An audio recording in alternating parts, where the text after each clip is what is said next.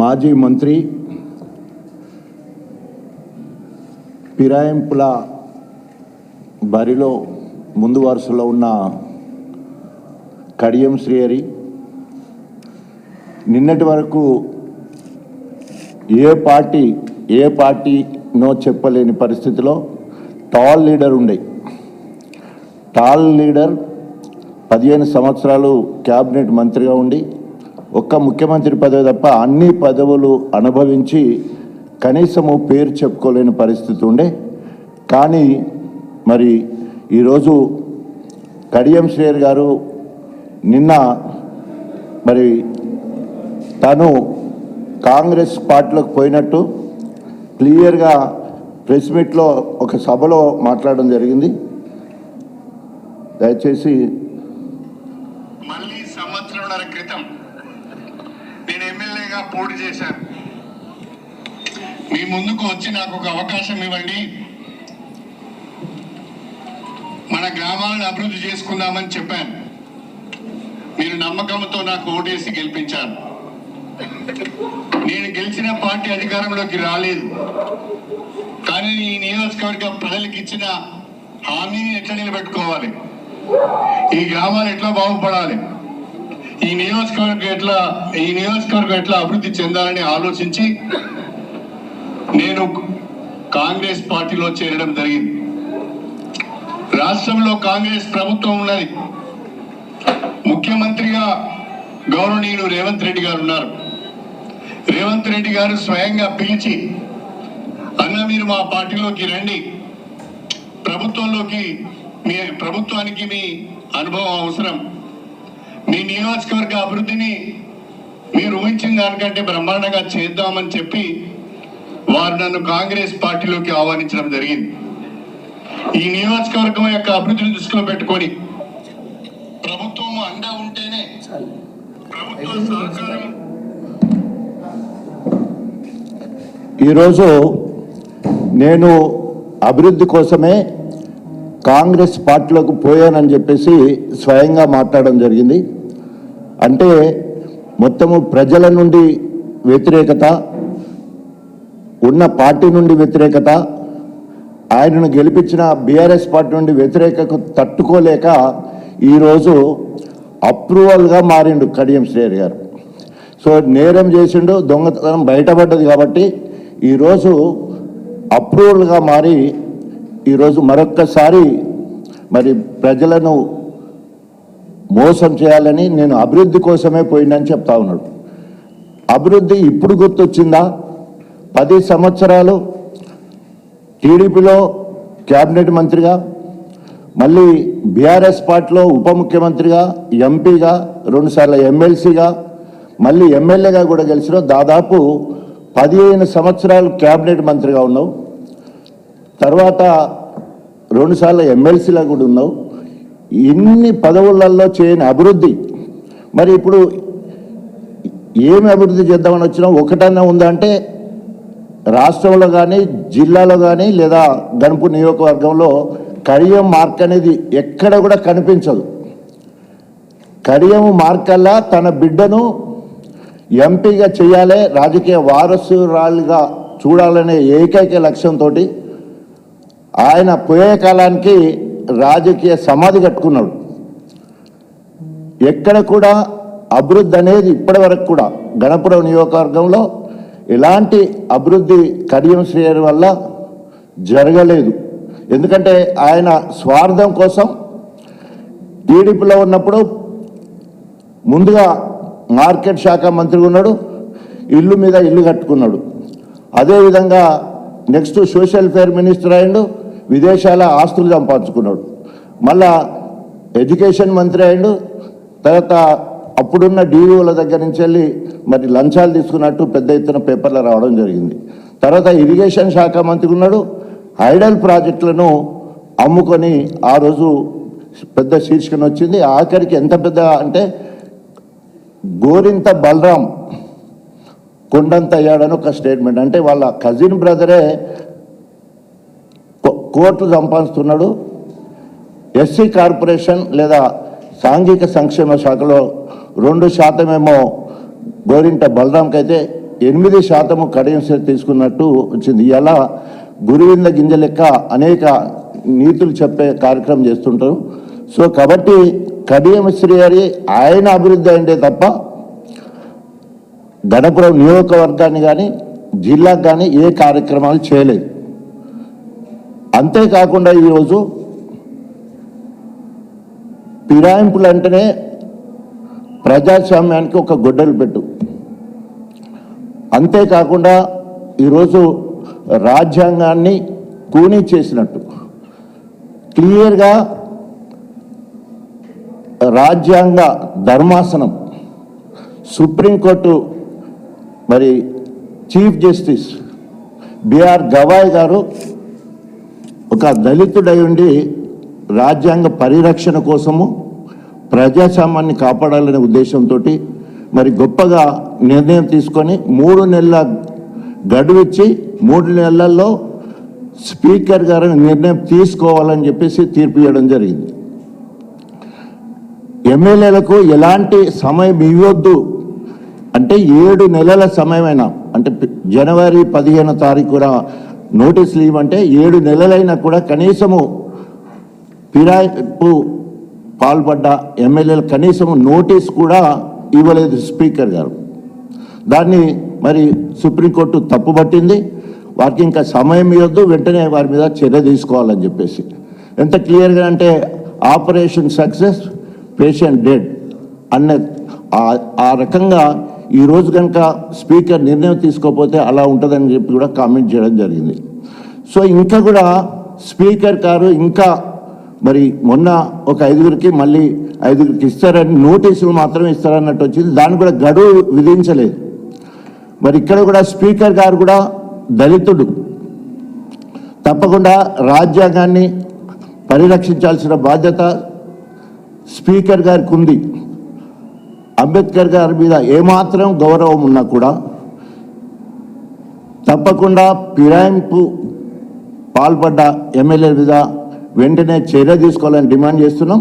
ఒకవేళ కనుక వారు ఇంకా కాంగ్రెస్ స్పీకర్ లెక్కనే రేవంత్ రెడ్డి గారి చెప్పు చేతుల్లో ఉంటాను, నేను అట్లే మెదులుతాననే పరిస్థితి ఉంటే మాత్రం తప్పకుండా ఆయన కూడా న్యాయ వ్యవస్థ సమీక్షకు లాగబడతాడు.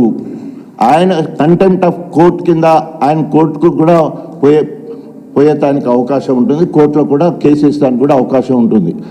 అందుకనే ఇంకా ఆలస్యం చేయకుండా వెంటనే మరి ఈ ఫిరాయింపుకు పాల్పడ్డ వాళ్ళు ఎవరైతే ఉన్నారో వాళ్ళ మీద విచారణ జరిపించి వెంటనే వారు తీర్పు ఇవ్వాల్సిందిగా డిమాండ్ చేస్తూ ఉన్నాం. వాళ్ళ మీద చర్య తీసుకోవాలని కూడా డిమాండ్ చేస్తూ ఉన్నాం. అంతేకాకుండా కడియం శ్రీహరి గారు అందరిట్లో 10 మందిలో అందరికంటే ఎక్కువ మాట్లాడడం అంటే ఆయన ఏదో సొక్కం పూసలేక మాట్లాడుతుంటాడు. మొత్తము అవినీతి తిమింగలం. పనులు కాకముందే కాంట్రాక్టర్ దగ్గర నుంచి వెళ్ళి కోట్ల రూపాయలు వసూలు చేసి వాళ్ళ సొంత కొండమురళి వాళ్ళ పార్టీకి సంబంధించిన సీనియర్ నాయకుడు అంటాడు, మాకు కూడా అంత పెద్ద బిల్డింగ్ లేదు, మరి ఆ రహస్యం మీద చెప్పు, 20-25 కోట్ల బిల్డింగ్ కట్టుకున్నాడు, మరి ఎక్కడి ఆ పైసలు అని చెప్పేసి అడిగే పరిస్థితి. అనేక ఆస్తులు సంపాదించుకున్నాడు, అడవి భూములను ఆక్రమించుకునే ప్రయత్నం, అదేవిధంగా బినామీ పేర్లతోటి అనేక ఆస్తులు కొన్నాడు. మరి అలాంటి అవినీతి తిమింగలం ఈరోజు మరి అనేక రకాలుగా ప్రజలను మభ్యపెట్టి మళ్ళీ మసిబూసి మారేడుకాయ చేయాలనే ఆలోచనతో మరి కాలికి చక్రాలు కట్టుకుని తిరుగుతున్నాడు. ఏదేమైనా కూడా కడియం శ్రీహరి ఆయన గురించి మాట్లాడాలంటే మంచిగా అనిపిస్తలేదు, ఎందుకంటే సచిన పాము ఇప్పటికే. అయినా కూడా ఆయన ఇంకా కూడా తోక ఆడిస్తూనే ఉన్నాడు. తప్పకుండా ఏమాత్రం ప్రజాస్వామ్యం మీద గౌరవం ఉన్నా, నైతిక విలువల మీద మాట్లాడుతుంటాడు, వాటి మీద విలువలున్నా, రాజ్యాంగం మీద గౌరవం ఉన్నా వెంటనే రాజీనామా చేయాలని డిమాండ్ చేస్తూ ఉన్నాం. అంతేకాకుండా రాజ్యాంగాన్ని పరిరక్షించాల్సిన బాధ్యత స్పీకర్ గారికి ఉన్నది. వెంటనే నిర్ణయం తీసుకోవాల్సిందిగా డిమాండ్ చేస్తూ ఉన్నాం. ఇకపోతే గణపురం నియోజకవర్గంలో ఇప్పటి వరకు ఒక్క పైసా పని చేయలేదు, ఒక తట్ట మట్టి చేయలేదు. 800 కోట్ల రూపాయలు తీసుకొచ్చినని చెప్పేసి అబద్ధ ప్రచారం చేస్తూ ఉన్నాడు. అందులో 250 కోట్ల రూపాయలు ఇంటిగ్రేటెడ్ స్కూల్ అన్నాడు, తట్టమట్టి చేయలేదు. 148 కోట్ల రూపాయలు మరి కెనాల్కు సీసీ చేయడం కోసం, లైనింగ్ కోసం అని చెప్పేసి 148 క్రోస్ అని చెప్పిండు. తర్వాత ఇందిరమ్మ ఇండ్లు ఇంకా మొదలు పెట్టలేదు, ఎక్కడ కూడా పునాదుల దగ్గరే ఉన్నాయి. దానికి 175 కోట్లు ఇచ్చినట్టే దాని గురించి మాట్లాడతారు. డిగ్రీ కళాశాల మేము మంజూరు చేసుకుంటే 45 కోట్లు కట్టాను, అది అక్కడే ఉన్నది. తర్వాత మున్సిపాలిటీ, గణపూర్ మున్సిపాలిటీ అయితే 200 కోట్ల రూపాయలు అన్నాడు, అది ఆల్రెడీ పైసా కూడా ఖర్చు పెట్టలేదు. అంటే ఏమి పనులు చేయకుండానే గోబెల్స్ ప్రచారం చేసి మళ్ళీ గణపురం నియోజకవర్గ ప్రజలను మోసం చేయాలని చూస్తున్నాడు. తప్పకుండా రేపు రాబోయే రోజుల్లో అవి స్థానిక ఎన్నికలు కానీ ఆయన ఎన్నికలు కానీ కర్రు గాల్చి వాత పెడతారు. కాంగ్రెస్ ప్రజా వ్యతిరేక విధానాలు ఒకవైపు అయితే, ఇచ్చిన హామీలు నెరవేర్చేందుకు ఇంకోవైపు అయితే, కడియం శ్రీహరి పార్టీ మారి మరి కడియం శ్రీహరి గారు బీఆర్ఎస్ పార్టీ నుండి గెలిచి బీఆర్ఎస్ నాయకులను మరి అనేక రకాలుగా ఈరోజు చిత్రహింసలకు గురి చేస్తూ ఉన్నాడు. సో కాబట్టి తప్పకుండా రేపు రాబోయే రోజుల్లో స్థానిక ఎన్నికలు కానీ బై ఎన్నిక ఏదొచ్చినా కూడా వారి కర్రు కాల్చి వాత పెడతారని చెప్పేసి తెలియజేస్తా ఉన్నాం. నిన్న స్టేషన్ గన్పూర్ శాసనసభ్యులు బీఆర్ఎస్ పార్టీ పైన గెలిచి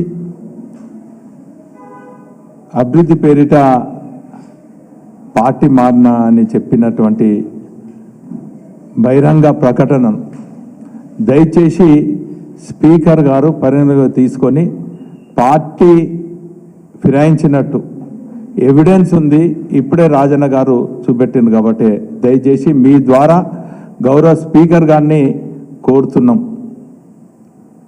ఎందుకంటే కాంగ్రెస్ పార్టీ అధినేత రాహుల్ గాంధీ గారు ప్రజాస్వామ్యాన్ని పరిరక్షించాలని చెప్పి ఒక చేత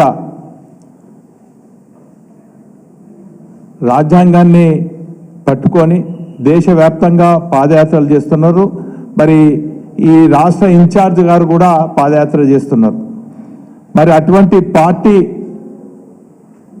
ఒకవైపు ప్రజాస్వామ్యం రక్షించాలంటారు, ప్రజాస్వామ్యబద్ధంగా ఎన్నికైనటువంటి బీఆర్ఎస్ పార్టీ నాయకులను అభివృద్ధి పేరిట, ప్రలోభాల పేరిట ఈరోజు బీఆర్ఎస్ పార్టీ నుంచి గెలిచినటువంటి ఎమ్మెల్యేలను కొనుగోలు చేస్తున్నటువంటి పరిస్థితి మనం చూస్తున్నాం. ఇప్పటికే సుప్రీంకోర్టు ఆదేశాలు జారీ చేయడం జరిగింది. స్పీకర్ గారికి మరి డైరెక్షన్స్ కూడా ఇవ్వడం జరిగింది. దయచేసి స్పీకర్ గారి మీద వారి ఆ చైర్ పైన మరి తెలంగాణ ప్రజలందరూ కూడా విశ్వాసం ఉంది కాబట్టి వెంటనే వారిపైన చర్యలు తీసుకొని మరి డిస్క్వాలిఫై చేయాలని చెప్పి మీ ద్వారా మేము స్పీకర్ గారిని కోరుతున్నాం. లేదు శ్రీహరి గారికి బీఆర్ఎస్ పార్టీ పైన గెలిచి కాంగ్రెస్ పార్టీ అభివృద్ధి చేస్తుందని చెప్పి కాంగ్రెస్ పార్టీపై నమ్మకం ఉన్నా, లేక ఆయనే నీతి నిజాయితీ నిబద్ధత గల వ్యక్తి అనుకొని ఉన్నా, లేక రేవంత్ రెడ్డి గారి పైన నమ్మకం ఉన్నా,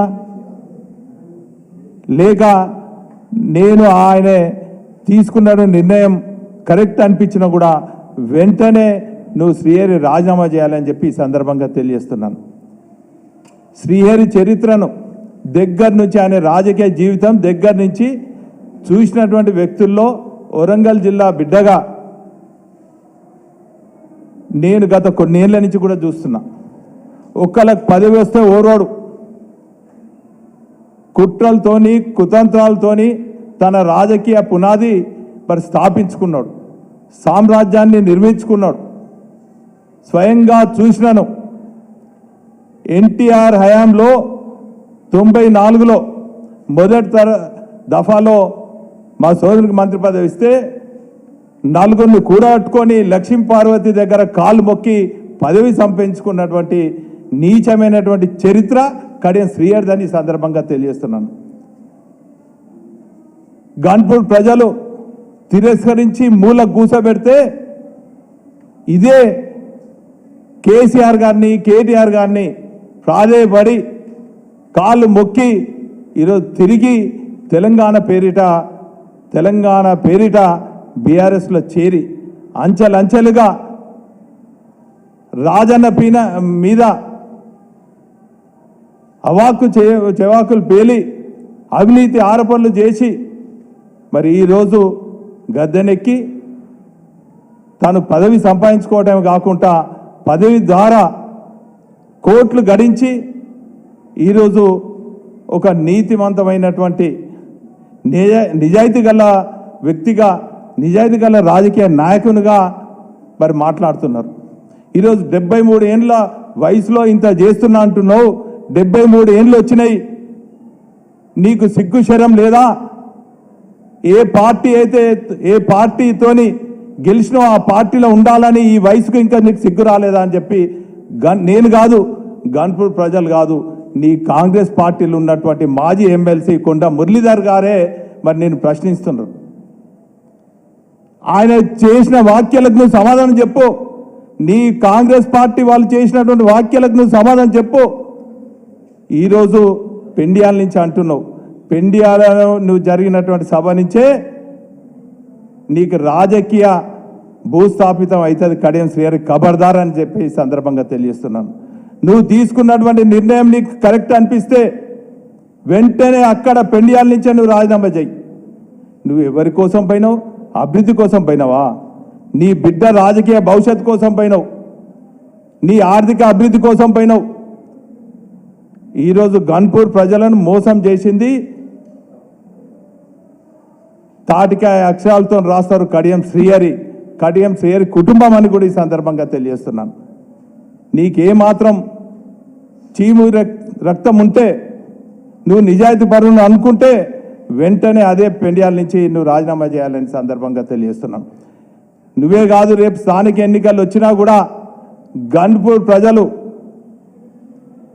ఖచ్చితంగా నువ్వు ఖరారు చేసినటువంటి అభ్యర్థులను చిత్తుగా ఓడగొట్టి నీకు రాజకీయ సమాధి కడతారని చెప్పి ఈ సందర్భంగా తెలియజేసుకుంటూ, ఇప్పటికైనా 73 ఏళ్లలో ఆత్మవిమర్శ చేసుకొని నువ్వు రాజ్యాంగాన్ని గౌరవిస్తే ఖచ్చితంగా రాజీనామా చేయాలని చెప్పి డిమాండ్ చేస్తున్నాం.